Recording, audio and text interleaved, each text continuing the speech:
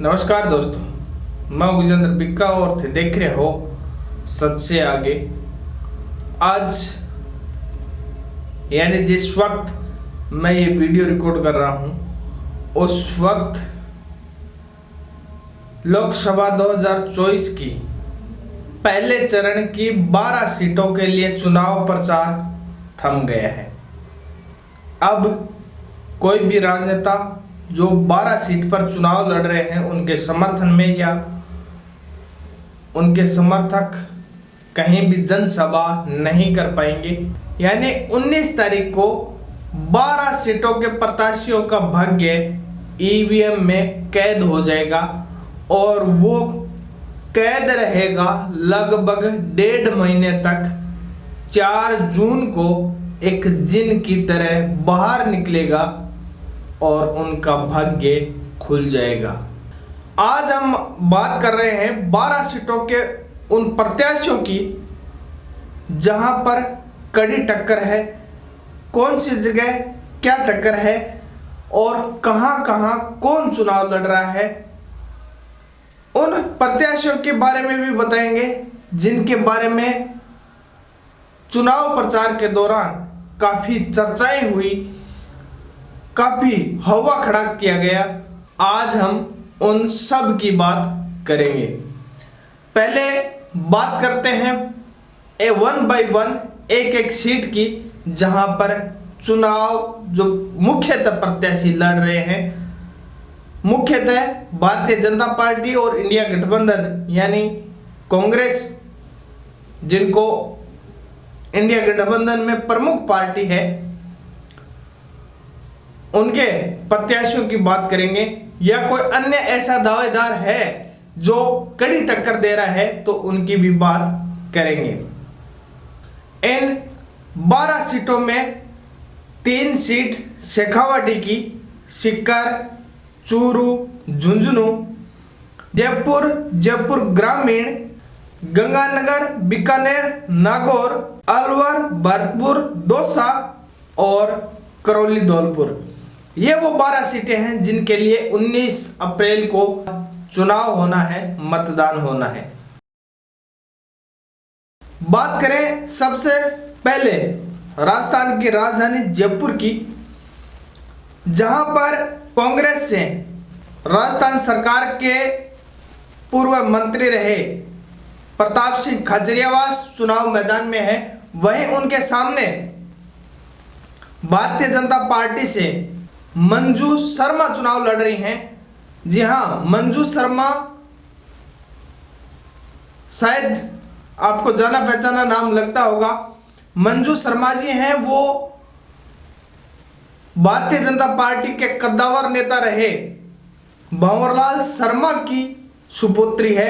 भंवरलाल जी Sharma Bharatiya Janata party के कद्दावर राजनेता रहे हैं और वो जयपुर से ही चुनाव लड़ते थे। इस सीट पर पहले रामचरण बोरा जी सांसद थे और रामचरण बोरा जी का टिकट काट करके मंजू शर्मा जी को दिया गया है और उनके सामने कांग्रेस की तरफ से प्रताप सिंह खाचरियावास चुनाव लड़ रहे हैं। खाचरियावास जी का भी बैकग्राउंड बड़ा अच्छा रहा है, वो भी स्वर्गीय भैरव सिंह जी शेखावत के मूल गांव से आते हैं और कांग्रेस के कद्दावर नेता है। अब देखना यह है कि जनता किसके पाले में सांसदी को डालती है, ये तो आने वाला वक्त बताएगा और जनता तय करेगी। फिर बात करते हैं जयपुर ग्रामीण सीट की। जी हां, देश की राजधानी जयपुर में 2 सीटें हैं, जयपुर शहरी और जयपुर ग्रामीण। जयपुर जो शहरी है उसको जयपुर ही नाम दिया जाता है। अब बात करते हैं जयपुर ग्रामीण की, जहां पर कांग्रेस से अनिल चोपड़ा चुनाव लड़ रहे हैं और भारतीय जनता पार्टी से राव राजेंद्र सिंह। दोनों ही राजनीति के अच्छे खिलाड़ी हैं। 2014 और 19 में यहां पर 2 बार राज्यवर्धन सिंह राठौड़ चुनाव जीत चुके हैं। अब की बार वो विधानसभा चुनाव जीत करके राजस्थान की विधानसभा में पहुंच गए हैं, इसलिए उनकी जगह राव राजेंद्र सिंह को चुनाव लड़ाया गया है और कांग्रेस की तरफ से अनिल चोपड़ा जी चुनाव लड़ रहे हैं। यहां पर बड़ी टक्कर बताई जा रही है। ऐसा माना जा रहा है कि अनिल चोपड़ा जी जो कांग्रेस के हैं उनको सचिन पायलट का साथ मिल रहा है, तो वहीं राव राजेंद्र सिंह को लालचंद कटारिया जी का साथ मिल रहा है। लालचंद कटारिया जी कांग्रेस छोड़ करके बीजेपी में शामिल हो गए हैं। लेकिन आगे क्या होता है ये तो आने वाला वक्त बताएगा और जनता तय करेगी कि क्या होने वाला है, कौन जीतने वाला है। अब बात करते हैं शेखावाटी अंचल का ही एक और जिला चूरू सीट की। चूरू सीट पर बड़ा ही रोचक मुकाबला है। यहां पर चुनाव बड़ा ही दिलचस्प है और ये पूरे देश की हॉट सीट बनने वाली है और हॉट सीट पर कई तरह के बयान चर्चाएं काफी हुई। चूरू में भारतीय जनता पार्टी से पैरा ओलंपिक के खिलाड़ी रहे देवेंद्र झाझड़िया जी चुनाव मैदान में हैं, तो वहीं कांग्रेस की तरफ से भारतीय जनता पार्टी से 2 बार सांसद रहे राहुल कसवा जी चुनाव मैदान में हैं। इस बार टिकट बंटवारे में बड़ा ही दिलचस्प और रोचक मुकाबला देखने को मिला। यहां पर 2 बार के सांसद राहुल कसवा जी की टिकट काट करके देवेंद्र झाझड़िया जी को जब दी गई, तो राहुल कसवा जी ने यहां के भारतीय जनता पार्टी के कद्दावर नेता राजेंद्र सिंह राठौड़ पर आरोप लगाया। हालांकि यह आरोप प्रत्यारोप का दौर विधानसभा चुनाव से ही शुरू हो गया था। विधानसभा चुनाव में राजेंद्र सिंह राठौड़ ने राहुल कसवा जी पर आरोप लगाया, क्योंकि राजेंद्र सिंह राठौड़ तारानगर से चुनाव हार चुके थे। इस संदर्भ में हमने एक लॉन्ग वीडियो बनाया था। इनका आपस का विवाद कब से कैसे शुरू हुआ ये आप पहले के वीडियो में देख सकते हैं। एक वीडियो हमने स्पेशल बनाया था। लेकिन इनका आरोप प्रत्यारोप के बाद राहुल कसवा जी तुरंत कांग्रेस पार्टी ज्वाइन कर लेते हैं और कांग्रेस में शामिल होने के बाद सबसे अहम बात यह है कि देवेंद्र झाझड़िया जी और राहुल कसवा जी चुनाव लड़ रहे हैं और उनके बीच में सबसे ज्यादा जो नाम पुकारा जाता है वो राजेंद्र सिंह राठौड़ का पुकारा जा रहा है। राहुल कसवा जी का यह कहना है कि राजेंद्र सिंह राठौड़ ही एक तरह से अप्रत्यक्ष रूप से चुनाव लड़ रहे हैं, तो वहीं राजेंद्र सिंह राठौड़ या भारतीय जनता पार्टी के जो भी उनके सहयोगी हैं, चाहे हरलाल जी सारण हो चूरू के विधायक या देवेंद्र झाझड़िया जी हैं, उनका कहना यह है कि हम सर्व समाज की राजनीति करते हैं और ऐसा कुछ भी नहीं है वगैरह वगैरह। बाकी तो आप सबको पता ही है किस तरह के बयान हुए। लेकिन यहाँ पर भी एक जातिवादी रंग है वो दिया गया। हालांकि दोनों प्रत्याशी एक ही समाज से आते हैं, लेकिन फिर भी राजेंद्र सिंह राठौड़ तीसरे व्यक्ति की एंट्री ने मामला बड़ा रोचक बना दिया है। एक तरफ राहुल कसवा जी जिनके पिताजी 4 बार सांसद रहे हैं, यानी 35 साल से उनका बैकग्राउंड राजनीतिक रहा है, खुद 2 बार सांसद रहे हैं और लोगों का यह भी मानना है कि वो अच्छे व्यक्तित्व के धनी हैं। दूसरी तरफ देवेंद्र झाझड़िया जी हैं, वो गोल्ड मेडलिस्ट हैं, तो साफ सुथरी छवि के हैं, तो उनका भी एक साफ सुथरा विजन है। लेकिन राजेंद्र सिंह राठौड़ वाली वो बीच वाली जो प्रॉब्लम है वो साथ में खड़ी है। अब देखना यह होगा कि जनता किस तरफ न्याय करती है, यह तो आने वाला वक्त बताएगा। 19 तारीख को वोटिंग होगी, लोग किस तरफ बटन दबाएंगे ये तो आने वाला वक्त बताएगा। लेकिन मामला बड़ा ही रोचक है, बड़ी ही टक्कर की है जो बात है। यहाँ पर बड़ा ही कड़ा मुकाबला है। हालांकि तीसरा प्रत्याशी बहुजन समाज पार्टी का दयाराम यहाँ से चुनाव लड़ रहा है, लेकिन ऐसा माना जा रहा है कि उनके पक्ष में रुझान इतना ज्यादा नहीं है। वहीं 2 दिन पहले ही एक मामला और भी घटित हुआ। चूरू लोकसभा की सादुलपुर विधानसभा से विधायक मनोज सिंह न्यांगली शिवसेना में शामिल हो गए। हालांकि राहुल कसवा जी का भी बार बार यही आरोप था कि बहुजन समाज पार्टी जो सादुलपुर में है वो राजेंद्र सिंह राठौड़ की बी टीम है, ऐसा उनका आरोप था।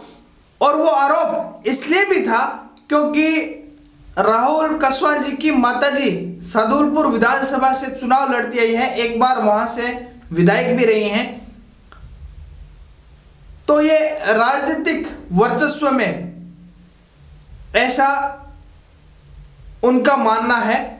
लेकिन रोचक बात तो तब हो गई जब सादुलपुर से बहुजन समाज पार्टी के विधायक मनोज सिंह न्यांगली ने शिवसेना को समर्थन दे दिया।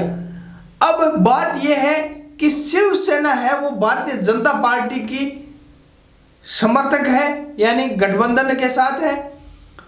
तो अप्रत्यक्ष रूप से मनोज सिंह न्यांगली ने भारतीय जनता पार्टी को समर्थन है वो दे दिया है।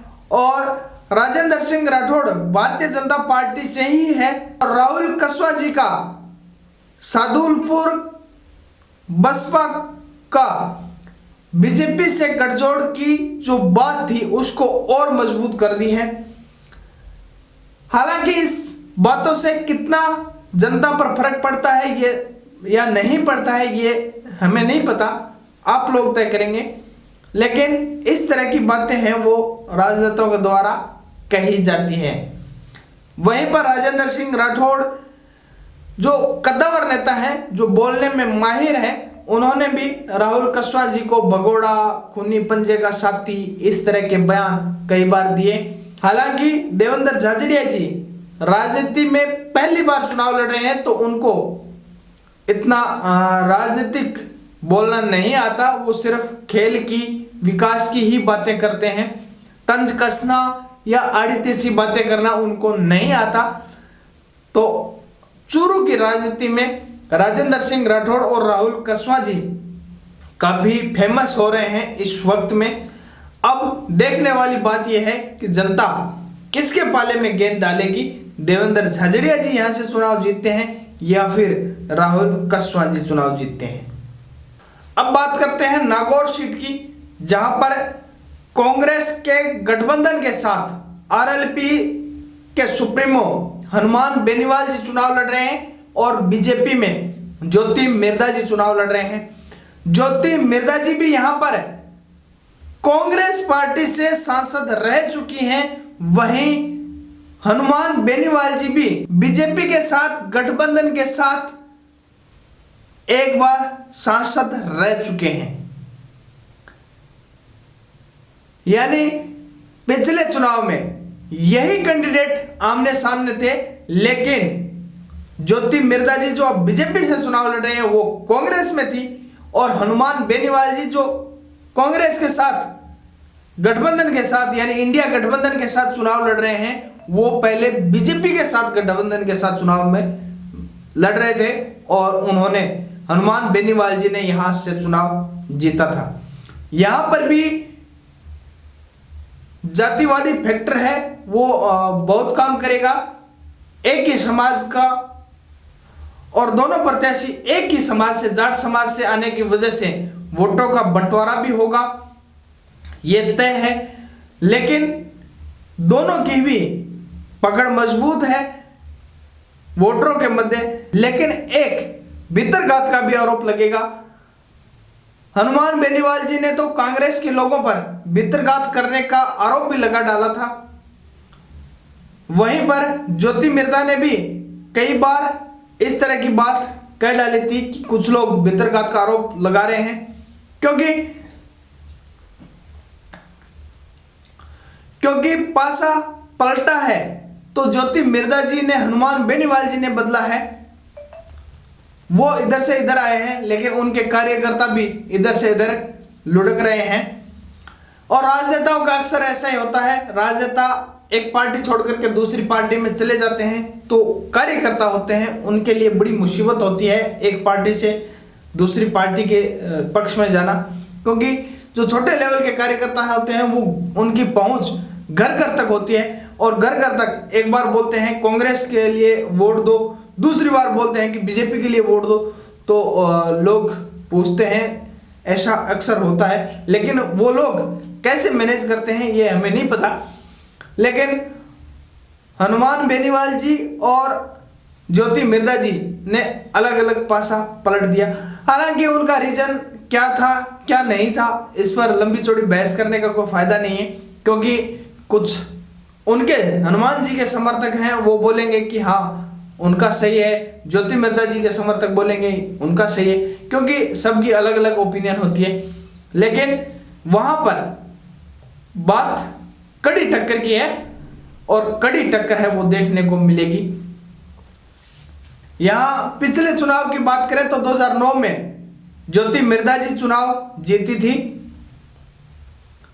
जो कांग्रेस से थी, और उसके बाद CR चौधरी जी वहां से चुनाव जीते थे 2014 में, और 2019 में हनुमान बेनीवाल जी भारतीय जनता पार्टी के गठबंधन से चुनाव जीते थे।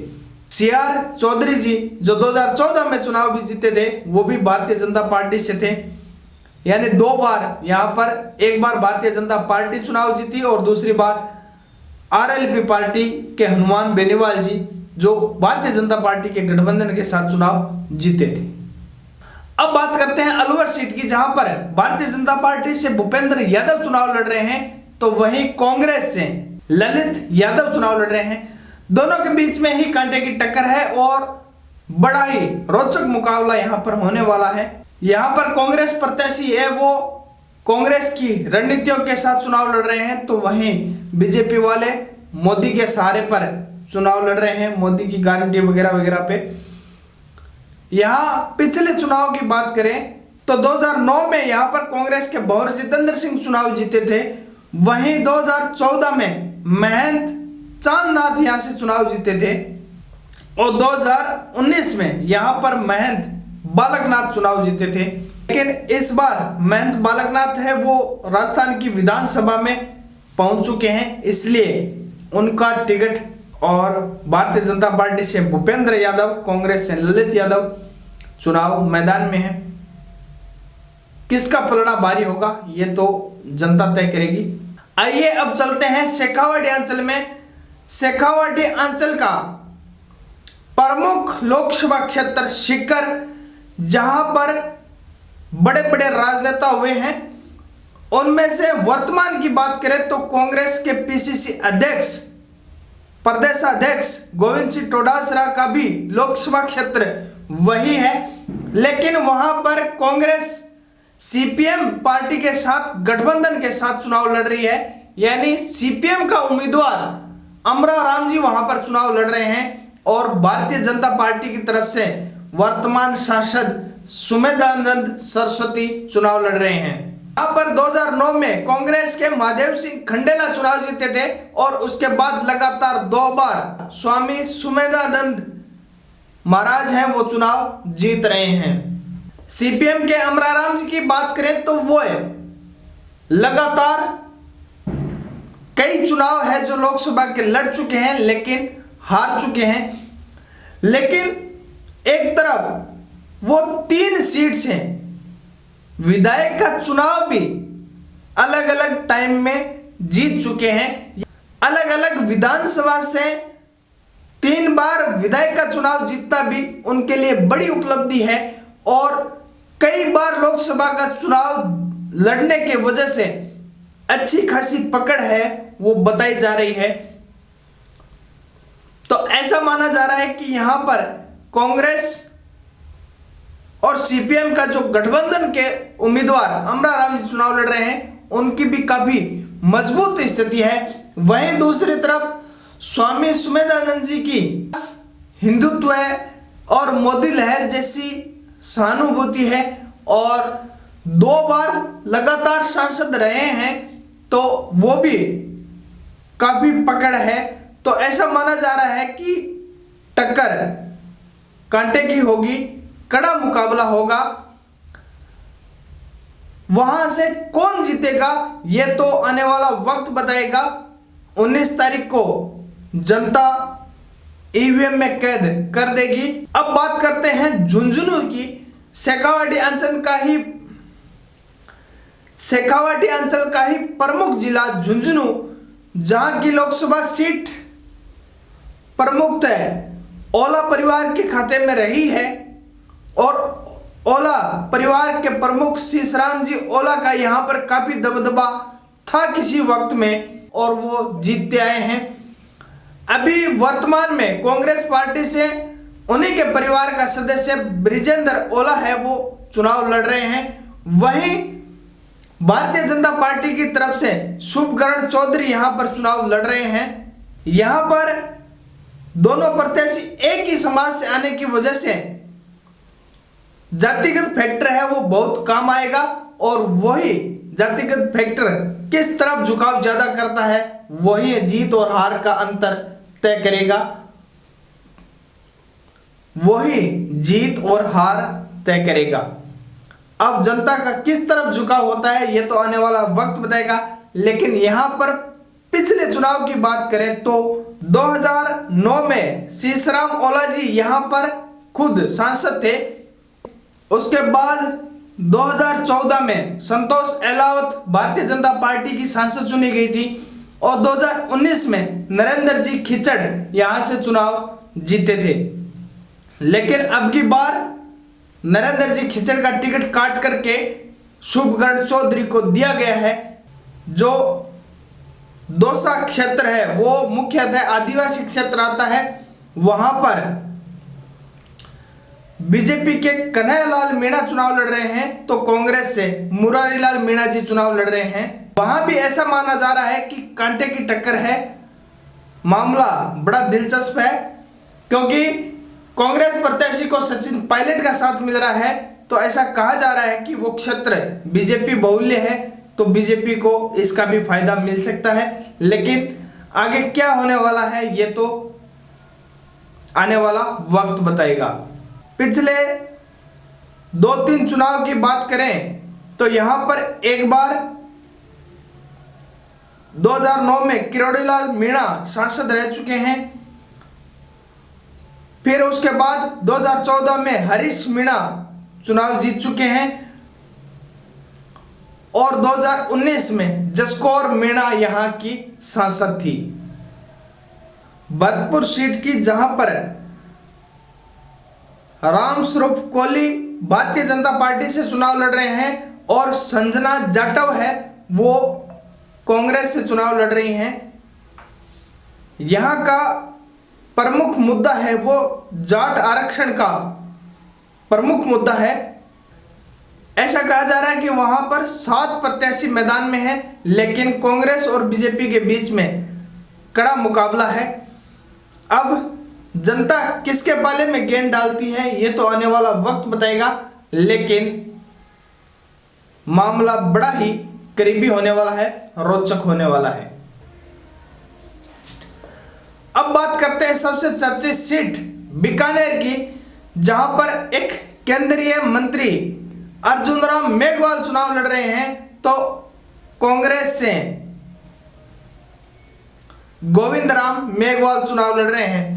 दोनों ही कद्दावर नेता हैं और दोनों ही बड़े बड़े ओहदों पर रहे हैं। यहां पर टोटल 9 प्रत्याशी चुनाव लड़ रहे हैं। ऐसा माना जा रहा है कि बसपा और अन्य 5-6 प्रत्याशी ऐसे हैं जो कांग्रेस की सेंध लगाने वाले हैं।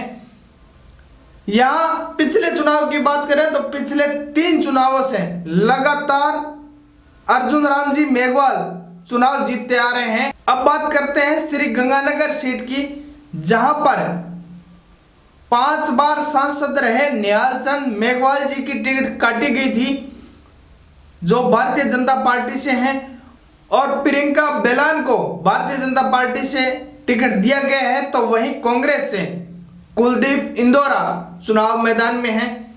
यह थी 12 सीटों पर उम्मीदवार, कहां कहां क्या टक्कर है, कौन कौन चुनाव लड़ रहा है, क्या क्या खासियत थी, ये हमने बताने का प्रयास किया। आने वाले चुनाव में आप किसको भी वोट दें, जो आपको मर्जी, आपको कौन सा पार्टी, कौन सा उम्मीदवार अच्छा लगे तो वहां वोट डालें, किसी को भी दें, कोई दिक्कत नहीं है। जहां आपका दिल करे वहां पर वोट दें। हम कोई राजनेता तो है नहीं आपको ये कहेंगे कि आप इधर वोट दें। अगर आपको कोई उम्मीदवार अच्छा नहीं लगता है तो आप नोटा पे वोट दे सकते हैं, ये आपके पास कानूनन अधिकार है। आप जिसका समर्थन करें करें, लेकिन राजनेताओं के उलूल जुलूल जितने भी बयान, चाहे वो धार्मिक हो, चाहे वो जातिवादी हो, चाहे वो किसी आपस के राजनेता के हो, जैसे किसी राजनेता ने अधिकारियों के ऊपर धमकाया हो, या किसी राजनेता ने किसी जातिवादी कहा हो, किसी धार्मिकवादी कहा हो, ये राजनेताओं की बातें ईवीएम का बटन दबाने के साथ दिल से निकाल देनी चाहिए। राजनेता किस तरफ कब करवट बदल ले, कौन सा राजनेता, ये किसी को भी नहीं पता होता है। इसलिए हम लोग, आप और हम सामाजिक प्राणी है, हम एक समाज में रहते हैं, एक जगह रहते हैं। राजनेताओं का कुछ नहीं बिगड़ता और इस तरह का उलूल जुलूल बयान देकर के जनताओं में द्वेष पैदा कर देते हैं। इसलिए जहां वोट दीजिए, जहां मर्जी हो वहां वोट दीजिए, लेकिन द्वेष वहीं तक रखिए, ईवीएम के बटन दबाने तक।